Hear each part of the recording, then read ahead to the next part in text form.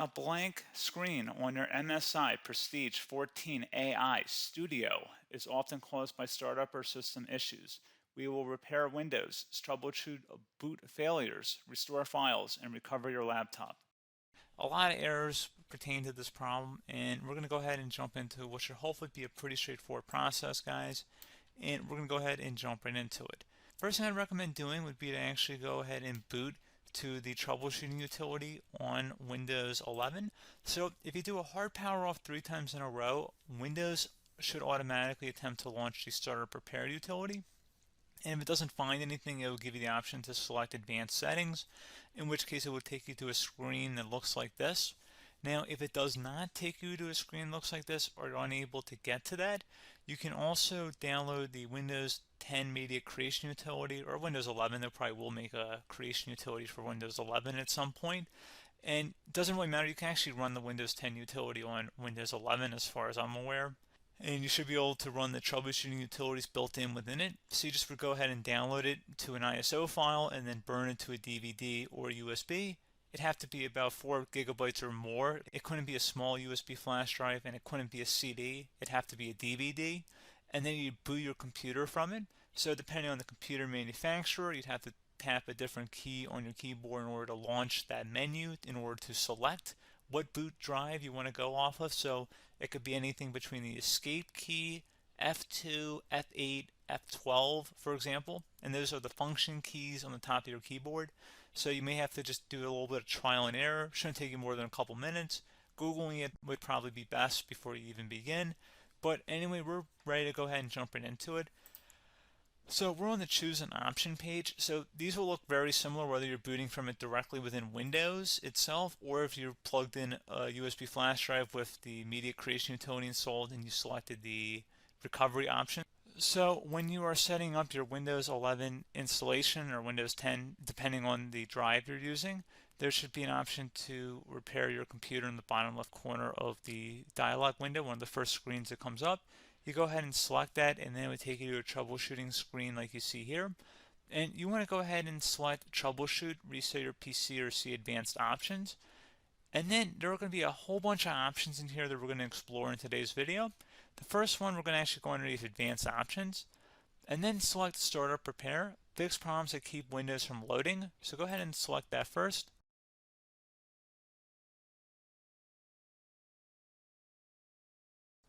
Okay, so you can see it could now repair our PC. That was our first option we could try. Something else, if we go back into advanced options here and then select troubleshoot, we're going to go underneath advanced options again. You can go ahead and actually access safe mode by selecting startup settings. And then if you select the restart button, you have the option on the screen select safe mode with networking, which will give you a key on the screen. It'll tell you which key to press to enter that. I believe it's the F7 key. It'll do that for you. I'm not going to go over that in today's tutorial because I don't really want to go into safe mode, but you're more than welcome to attempt that by going into here and then selecting restart. Again, it'll launch another screen. It'll say what key do you want to press, and it'll give you like 7 or 8 different options, and you want to select safe mode with networking. There's also an option for a command prompt too, but that's going to be something we're going to cover later in this video, and we don't even have to go through that in order to access it. So that's why I'm not going to really push for that, because unless you know exactly what's causing the problem, you probably don't need to go into safe mode. Unless you're trying to recover files, in which case then you definitely can go into safe mode, but we're trying to actually recover our computer here. So I hope that makes sense. Something else we can also try here as well would be to uninstall updates, remove recently installed quality or feature updates from Windows. So if you go ahead and select that, you can uninstall the latest quality updates, which generally is the more day-to-day updates.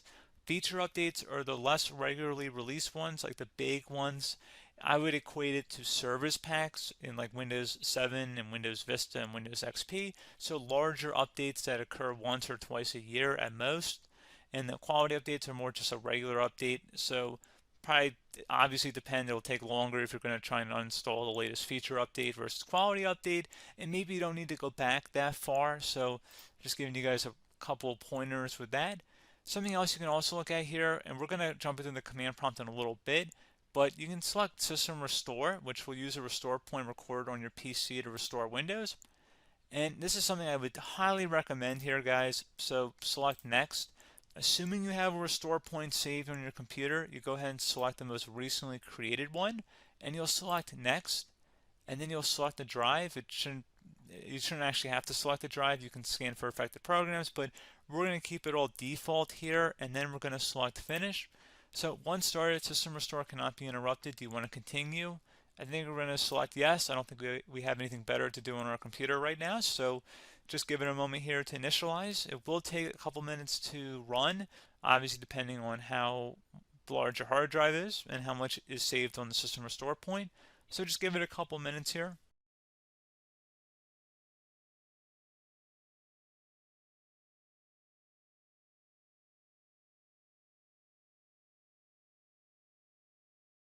System has been restored successfully. We're going to go over a couple different methods addition to that if that did not work. So I'm just going to pause the video and we're going to start back on the recovery screen that we started with.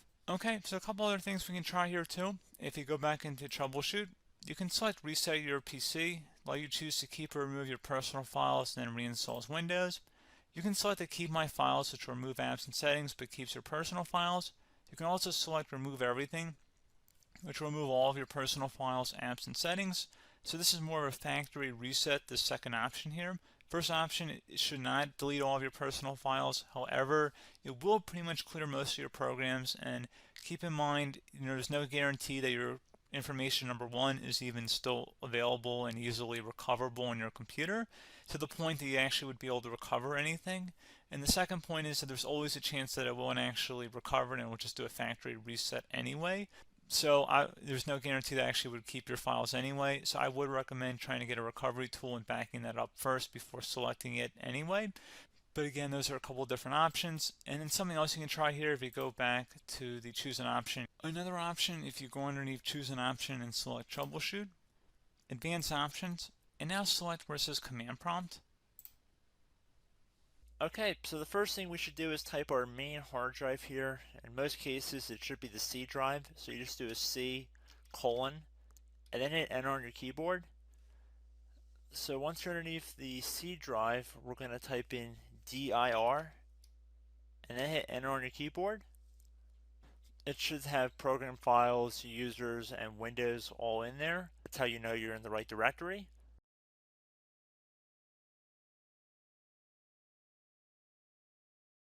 In some cases, it might be the D drive as well, so just keep that in mind.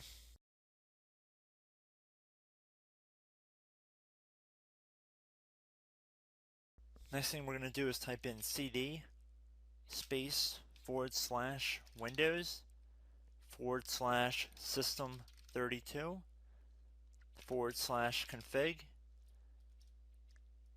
and then you're going to hit enter on your keyboard.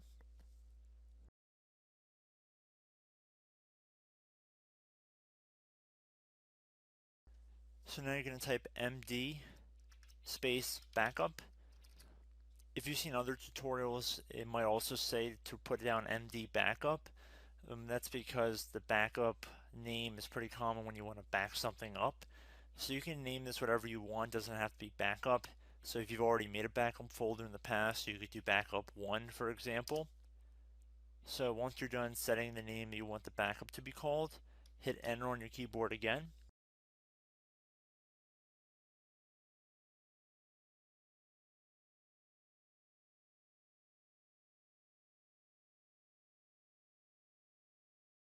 At this point you want to type copy, C-O-P-Y, space, then you want to do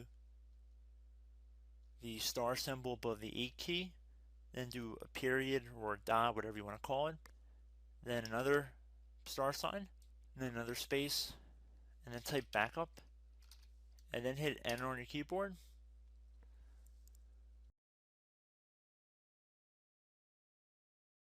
Now you want to type cd reg back, REG BACK, and then hit enter on your keyboard.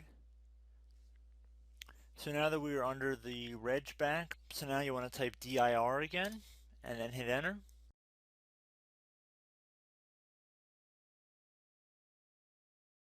So now at this point we're going to type copy again. So copy, space, star sign,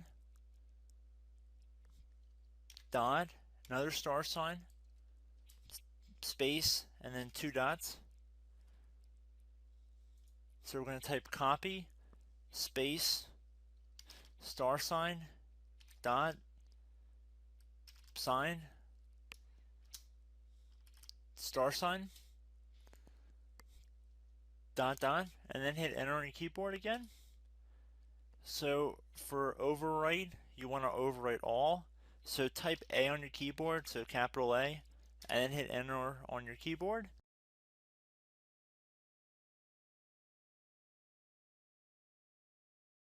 So at this point, you should be good to go. You can close out of the command prompt window, and if you accidentally continue to Windows 10, you should be all set. So I hope one of these 3 or 4 different methods we went through in this tutorial helped you guys out. Again, I'm not sure if you guys heard me earlier, but try to go back into your safe mode if possible and uninstall any programs you know might be conflicting with the Windows startup if you can get into safe mode. So just keep that in mind. Something very simple like that could be blocking up everything. So again, I hope this tutorial helped you guys out, and I will catch you in the next tutorial. Goodbye.